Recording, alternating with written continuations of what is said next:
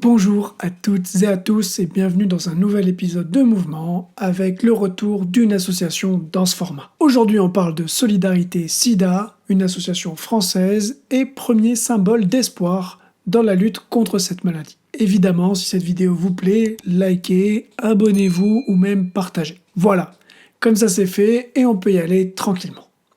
C'est parti. L'association est créée en 1992 par Éric Elzière et Luc Baruet, qui sera le premier président, toujours bénévole, de l'association. Son but est, bien entendu, comme son nom l'indique, de lutter contre le sida, mais également de faire de la prévention auprès de la population et notamment de la jeunesse avec différents événements sur lesquels nous reviendrons un petit peu plus tard. L'association refuse la fatalité et vient en aide aux victimes de la maladie. Pour réaliser ses objectifs, elle récolte de l'argent pour la recherche, mais aussi pour différents projets d'aide en France et à l'international depuis 1997. Par ailleurs, depuis 2002, l'argent récolté pour les différents projets d'aide est séparé à part égale entre les projets français et les projets du reste du monde. La grande particularité de Solidarité SIDA est le passage et l'utilisation de la culture pour récolter de l'argent, mais également pour faire passer des messages de prévention. C'est aussi pour ça que je trouvais intéressant d'en parler aujourd'hui, parce que comme on le sait, c'est pas la meilleure période pour la culture. Enfin bon, lié à ça, l'association prend comme président d'honneur Antoine Decaune dès 1993, et au final, ce sont peut-être ces mots à lui qui résument le mieux la situation. Il dit que Solidarité SIDA est l'histoire d'un engagement collectif et générationnel fondé sur l'envie d'agir et le refus de la fatalité. Comme on va le montrer plus tard, le sida est la maladie des plus démunis et de l'exclu. Il accentue les inégalités et la discrimination. Ceci étant notamment lié aux inégalités d'accès aux différents traitements. C'est pour cela que l'association agit ici et là-bas pour venir en aide et être utile aux personnes qui souffrent. Et de porter plus qu'une mission, mais aussi de porter un message d'espoir. Le sida serait sur le point d'être vaincu. Le sida, c'est... La première identification du VIH date de 1981 et on estime que depuis, il aurait causé 32 millions de morts dans le monde. Cette épidémie est alors considérée comme pandémie. Deux mots que vous commencez plutôt à bien connaître aujourd'hui. Mais alors, qu'est-ce que le VIH et qu'est-ce que le sida ? Le VIH est le virus d'immunodéficience humaine. Le sida est la maladie causée par ce virus, syndrome d'immunodéficience acquise. Pour comparer, le Covid est la maladie du coronavirus, comme le sida est la maladie du VIH, même si évidemment ce sont deux virus et deux maladies complètement différentes. En France, on compte 6200 nouvelles personnes séropositives en 2016 sur un nombre d'environ 130 000 personnes au total. Alors, être séropositif, c'est être porteur du virus. Cependant, tous les porteurs du virus ne sont pas automatiquement malades du sida, mais peuvent transmettre le VIH. D'ailleurs, quels sont les moyens de contamination ? Alors, il y a 5 liquides contaminants qui sont le sang, le sperme, les sécrétions vaginales, le liquide préséminal et le lait maternel. En fait, ces liquides contiennent le virus et s'ils rentrent en contact avec une muqueuse réceptive, il peut y avoir contamination. Dans ces muqueuses réceptives, on retrouve le vagin, les vulves, clitoris, petites et grandes lèvres, le gland, l'anus, la bouche, les yeux, les oreilles et les narines. Il faut aussi savoir que le sang est un fort contenant du virus et que le préservatif est le seul contraceptif permettant de lutter contre la contamination du VIH. Et juste quelques points supplémentaires à savoir. Les personnes qui souffrent d'IST, infection sexuellement transmissible, sont plus vulnérables au fait d'attraper le VIH. Par ailleurs, il est fortement conseillé aux consommateurs de drogue d'utiliser des aiguilles, des seringues ou des pailles à usage unique pour éviter la forte chance de contamination du VIH, mais également des hépatites B et C. Et aussi, il est fortement conseillé de faire un test de dépistage avant d'envisager une grossesse pour être accompagné de la meilleure des manières pour éviter à l'enfant d'attraper le virus.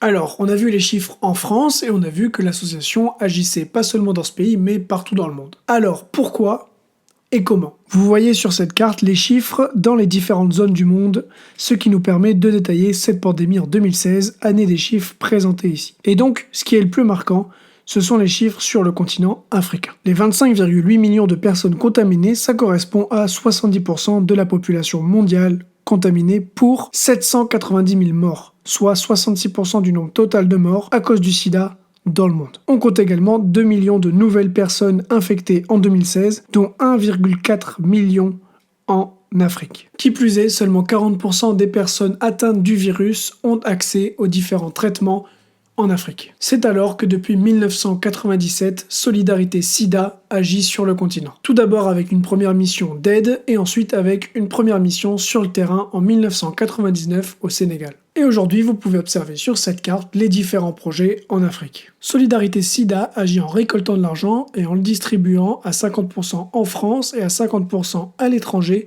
aux 230 actions locales soutenues par l'association. Association luttant contre le sida et aidant les victimes de la maladie. Dans le monde, c'est 3000 bénévoles et 100 millions d'euros récoltés en 20 ans. Pour l'Afrique, on retrouve le fonds Solidarité Sida Afrique. C'est le mouvement spécifique qui permet de soutenir tous les projets que vous avez pu voir sur la carte précédente. Ces actions sur ce continent y sont distinctes notamment par les problématiques complexes liées à la politique, la pauvreté, les inégalités et l'environnement de chacun des pays. Plus globalement, en France et dans le monde, l'association agit pour aider, prévenir et défendre. Aider en soutenant les communautés et les associations locales, en accompagnant les malades, en facilitant l'accès aux soins, en redonnant de l'espoir, en brisant l'isolement car les personnes atteintes du virus subissent des discriminations et d'autant plus dans les pays où certaines communautés sont mises en marge de la société. Et aider en maintenant les aides dans les zones de crise et dans les zones de conflit armé. Prévenir en sensibilisant et prévenant, notamment par des expositions,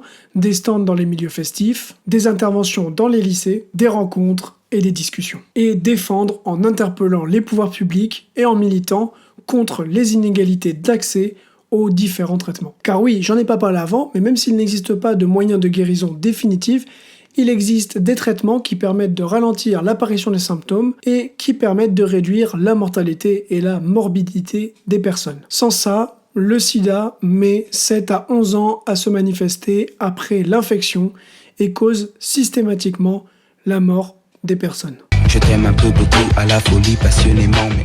Le premier moyen de récolte de fonds et de prévention de solidarité sida est le passage par la culture. Dès le départ, l'association travaille avec des artistes comme Jean-Jacques Goldman, Klaus Guingamp, Carla Bruni, Peter Gabriel et donc Antoine Decaune. Et aujourd'hui, on retrouve de nombreux parrains dans le monde comme François Cluzet, Yvan Le Bolloc, Guillaume Canet, Marina Foïs, MC Solar ou Elise Moon, et j'en passe. Cette volonté de travailler avec la culture est une stratégie pour récolter des fonds, avoir de la visibilité, mais également de se trouver là où il y a la jeunesse. En 1996, Solidarité Sida crée la nuit du zapping, un grand spectacle sur écran géant qui reprend les meilleurs moments de la télévision, entrecoupé de spots Sébastien de peut prévention. reprendre son travail. Il a retrouvé ses collègues et l'ambiance agréable de son bar. Ils se sont à nouveau en pleine forme. Pourtant, dans le passé, son patron refusait de le laisser travailler en cuisine à cause de sa séropositivité.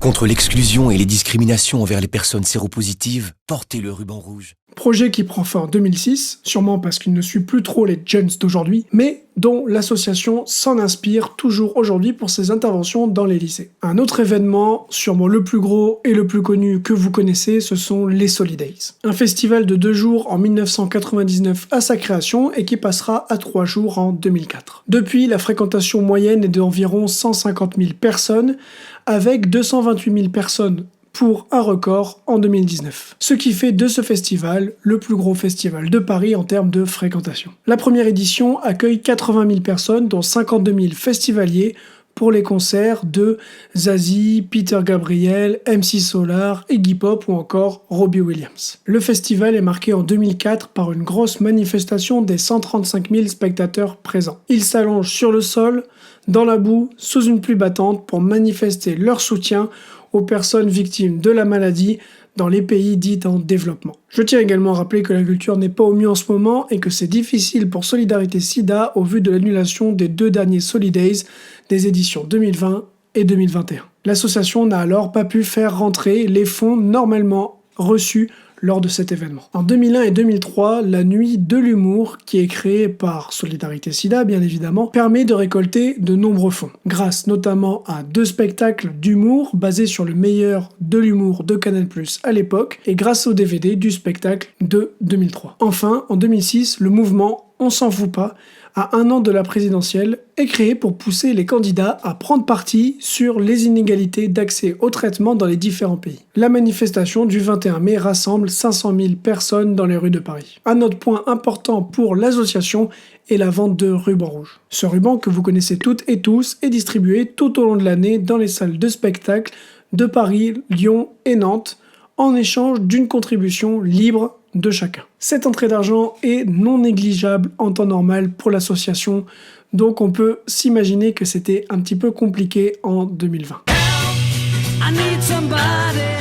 Bon, aujourd'hui on parle d'une association, donc forcément, voici venu le temps du chapitre pour savoir comment aider, parce que c'est toujours important. Donc premier point, comme d'habitude, devenir bénévole. Je ne vais pas rentrer plus dans le détail, mais vous le savez, c'est toujours très important pour les associations en général de pouvoir avoir plus de bénévoles. Deuxième aide, habituelle, le don. Ponctuel ou mensuel, ça permet d'aider pour les différentes missions qu'on a pu voir précédemment. Un seul don permet d'aider les associations locales en France, mais aussi les associations qui sont à l'étranger. Je vous mets le lien pour faire un don en description, bien évidemment. N'oubliez pas que même un tout petit don, c'est utile, qui plus est avec l'annulation des 2 derniers Solidays. Ensuite, vous pouvez devenir partenaire de l'association. Donc, plus si vous êtes une entreprise, vous pouvez sponsoriser Solidarité Sida sous forme financière, mais aussi en actions spécifiques ou en aide en nature. Vous pouvez aussi choisir le mécénat en contribuant au fonds Solidarité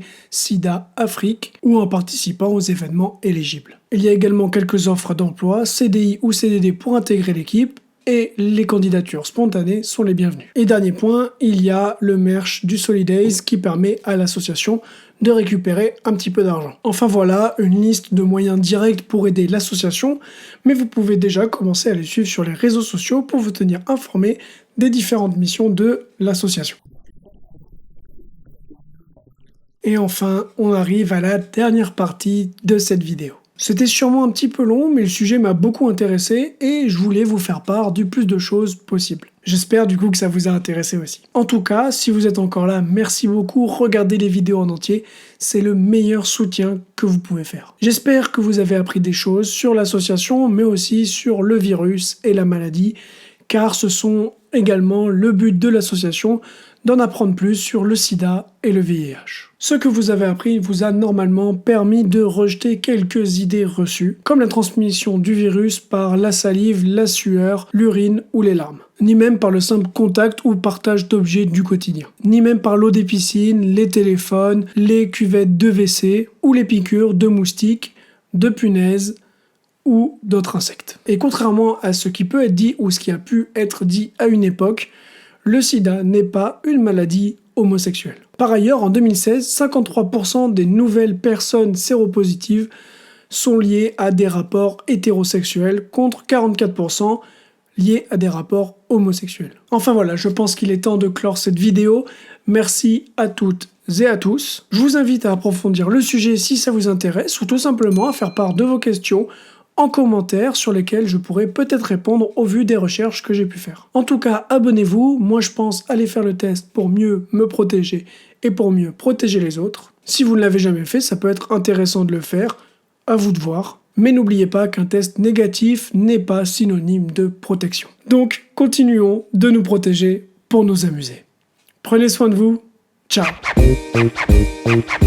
You say it's right when you just don't know. Do you think it's fine when you are told no?